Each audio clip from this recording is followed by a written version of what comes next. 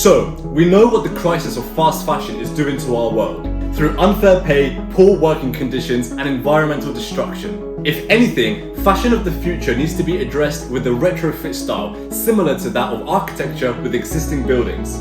Take what's already there, use all of its integral properties, and adapt to meet its future needs. Now, fast architecture.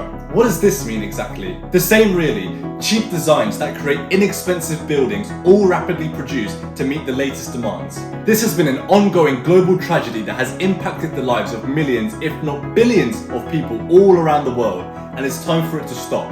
No more lives at risk, no more money gone to waste, and no more harm exerted onto our planet. So, what can we do? Well, we need to identify the problems before we start working towards a solution.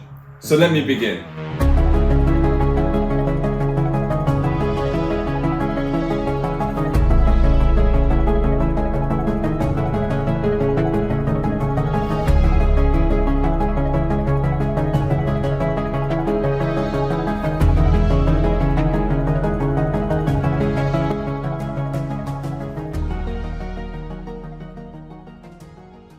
For this, I'm going to take you on a journey and introduce you to one of the most instrumental figures within architecture that had great influence, and that is no one other than Le Corbusier and his project Unité de Habitation, also known as Unité de Habitation of Marseille, and it was a pioneering residential building designed by the renowned architect. While the building itself is often considered an iconic example of modernist architecture, it did face some challenges and criticisms. Here are a few reasons why it didn't work out as expected. Number 1. The high cost. The construction of the scheme was quite expensive, and it ended up costing significantly more than initially estimated. The high cost made it difficult to replicate the project on a larger scale, limiting its potential impact. The lack of flexibility. The Unité de Habitation was designed as a rigid, standardized structure with a specific set of features and dimensions. This lack of flexibility made it challenging to adapt the building to different contexts or accommodate changing needs over time. Social isolation. Le Corbusier's vision for the project itself aimed to create a vertical garden city, providing a self-sufficient community within a single building. However, the building's design with its long corridors and minimal communal spaces limited social interaction among residents. The sense of isolation within the building was a significant drawback for many residents. Number 4. The maintenance difficulties. The large size and complex structure of the scheme posed maintenance challenges. The building required constant upkeep and repairs, which proved to be very costly. Functional flaws. Some aspects of the building's design were not well received by residents. For example, the modular apartments had a unique layout that included double height living area, which made it difficult to furnish and divide the space effectively. Additionally, the lack of adequate sound insulation and limited natural light in some units were also cited as functional issues. Contextual mismatch. The Unité de Habitation was conceived as a solution to post-World War II housing shortages and aimed to provide affordable, efficient housing. However, its implementation in other locations, often in wealthier areas, did not address the specific needs and social context of those communities. Tom Sachs, an American contemporary artist known for his sculptural installations and mixed media artworks, has expressed an attraction to Le Corbusier's Unité de Habitation for several reasons. Number 1. The modernist aesthetics. Sachs appreciates the modernist aesthetic of the scheme, the clean lines, geometric forms, and functionalist design principles of Le Corbusier's architecture that align with Sachs' own interest in minimalism and precision. Number 2. Architectural significance.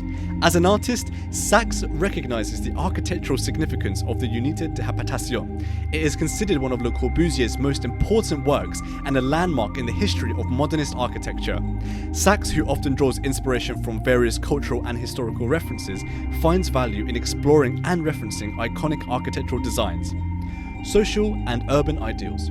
Le Corbusier's concept of the project, with its focus on communal living and social integration within a single building, resonates with Sachs's interest in exploring ideas of community and collective living. Sachs often explores themes related to social structures, consumption, and sustainability, and the Unité de Habitation represents an architectural experiment in addressing those issues. Cultural legacy. Le Corbusier's project has left a lasting cultural and architectural legacy.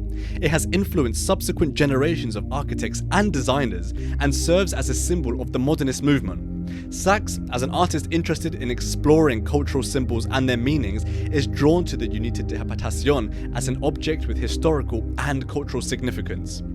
Overall, Sachs's attraction to the scheme can be understood as a combination of his appreciation for its architectural aesthetics, its culture and historical significance, and its alignment with his own artistic interests and exploration of social and communal themes. Side note, the Barbican is a prominent residential and cultural complex located in the City of London. It was designed with the intention of creating a thriving urban community, providing not just homes, but also a range of amenities and cultural spaces for its residents. The architects responsible for the Barbican's design were Chamberlain, Powell and Bonn, who envisioned a modernist utopia where people could live, work and engage in various cultural activities.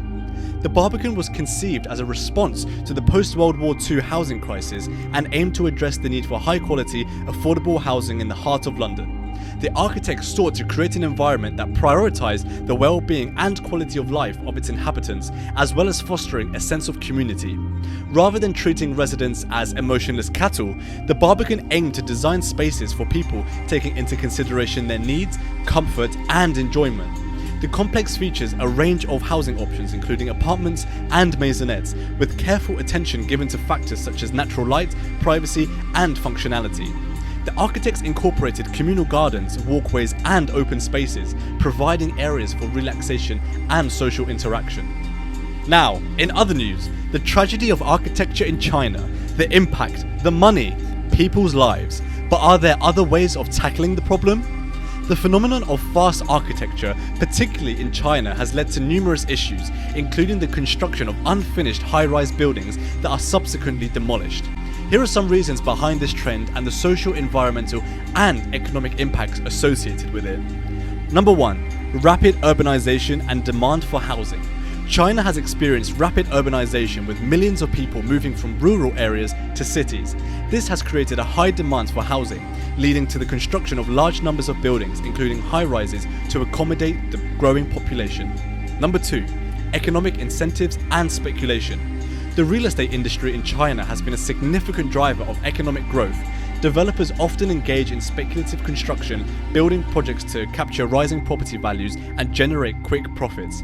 This focus on short-term gains can lead to hasty and poorly planned construction practices. Number 3. Lack of regulation and oversight. The rapid pace of construction has sometimes outpaced effective regulation and oversight. Insufficient enforcement of building codes, inadequate supervision and corruption have contributed to poor construction quality and safety issues. This has resulted in the construction of structurally unsound buildings that are later deemed unsafe or unfinished. Number 4. Environmental impact. Fast architecture often prioritizes speed over sustainability. The construction process may disregard environmental considerations, leading to excessive use of resources, energy consumption, and waste generation. Demolishing unfinished or substandard buildings further exacerbates environmental degradation. Number 5. Social disruption and displacement. The demolition of unfinished buildings disrupts communities and displaces residents who had hoped to live in those structures. It can cause significant social and psychological stress as people lose their homes or investments due to the failure of construction projects. And number 6. Economic loss and debt. The construction and subsequent demolition of buildings impose significant economic burdens. Developers, investors, and local governments may face financial losses as substantial resources are wasted on projects that never reach completion. Additionally, unfinished buildings can lead to debt burdens for both developers and buyers who have invested in these properties. So to tackle these challenges, it's crucial to implement comprehensive measures. So what do these include? Well, firstly, we can say that strengthening regulations is a big deal in this. Sustainable and long-term planning, quality control and accountability, public participation and transparency, and finally, adaptive reuse and renovation. By adopting a more sustainable and responsive approach to urban development, China can mitigate the negative social, environmental, and economic impacts associated with fast architecture while creating livable, resilient, and inclusive cities. So there you have it. In a world full of mass consumption and less innovation on a worldwide scale, it really leaves me with nothing else to say but it's time to get to work.